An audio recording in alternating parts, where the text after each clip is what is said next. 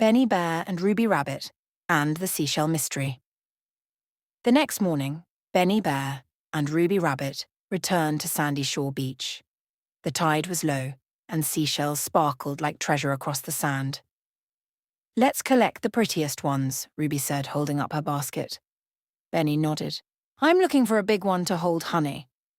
They wandered along the shore, finding pink shells, spiral ones, and tiny white ones that glittered in the sunlight.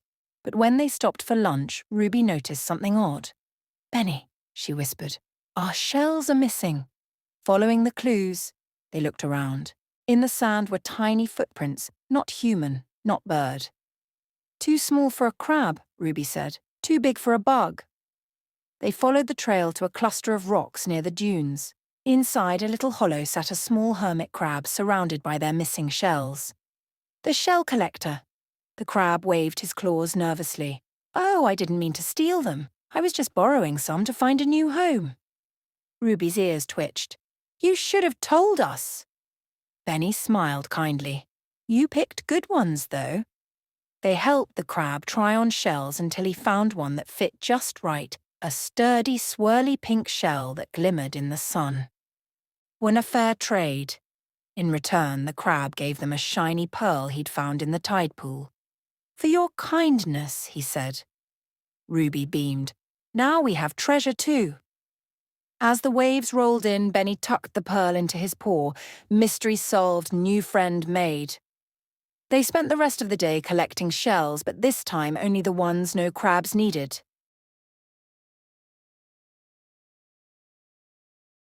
Benny Bear and Ruby Rabbit build a boat.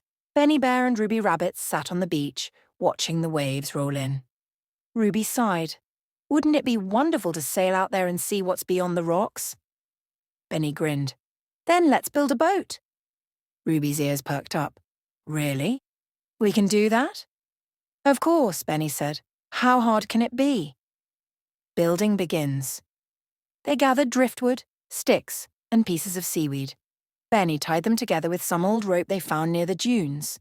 "See." Ruby lined the bottom with large palm leaves. "To keep us dry," she said. By afternoon, they had a wobbly but cheerful little raft. Ruby painted the honey hopper across the side with berry juice. "It's perfect," she declared. Benny scratched his head. "Let's hope it floats." The maiden voyage. They pushed the raft into the shallows and climbed aboard. For a moment, it bobbed gently on the waves. Ruby laughed. "We're sailing."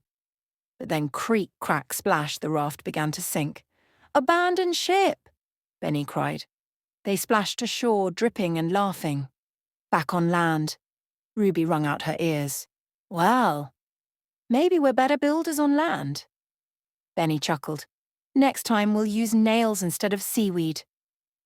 Just then, Otto the otter paddled by on a smooth log. "Need a lift? My boat always floats."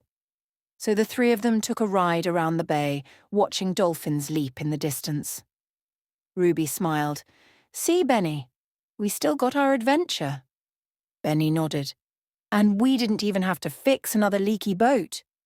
They laughed as the sea sparkled under the golden afternoon sun. Benny Bear and Ruby Rabbit and the message in a bottle. The tide was rolling in gently when Ruby Rabbit spotted something glinting in the sand. "Benny, look!" she cried, hopping toward it. Benny Bear lumbered over and picked it up, a green glass bottle with a cork sealed tight. Inside was a rolled-up piece of paper. "A message," Ruby gasped. "Maybe it's from a pirate." Benny chuckled. "Or maybe someone lost their grocery list." The mystery message. They popped the cork and carefully pulled out the note. It read, "To whoever finds this, please help. My picnic basket drifted away near Driftwood Cove." Ruby's eyes widened. "A picnic rescue mission?" Benny nodded. "A quest worth taking." Searching the shore. They followed the coastline until they reached Driftwood Cove, a quiet inlet filled with logs, shells, and seabirds. "There," Ruby pointed. Floating among the reeds was a red and white picnic basket.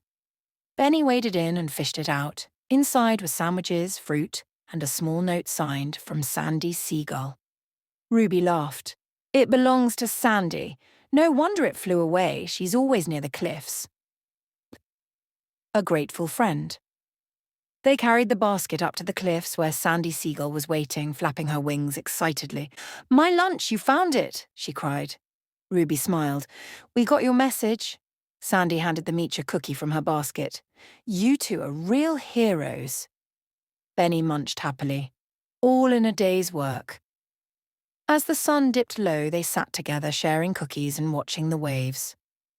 Ruby sighed. "Another mystery solved." Benny nodded. "And another snack earned."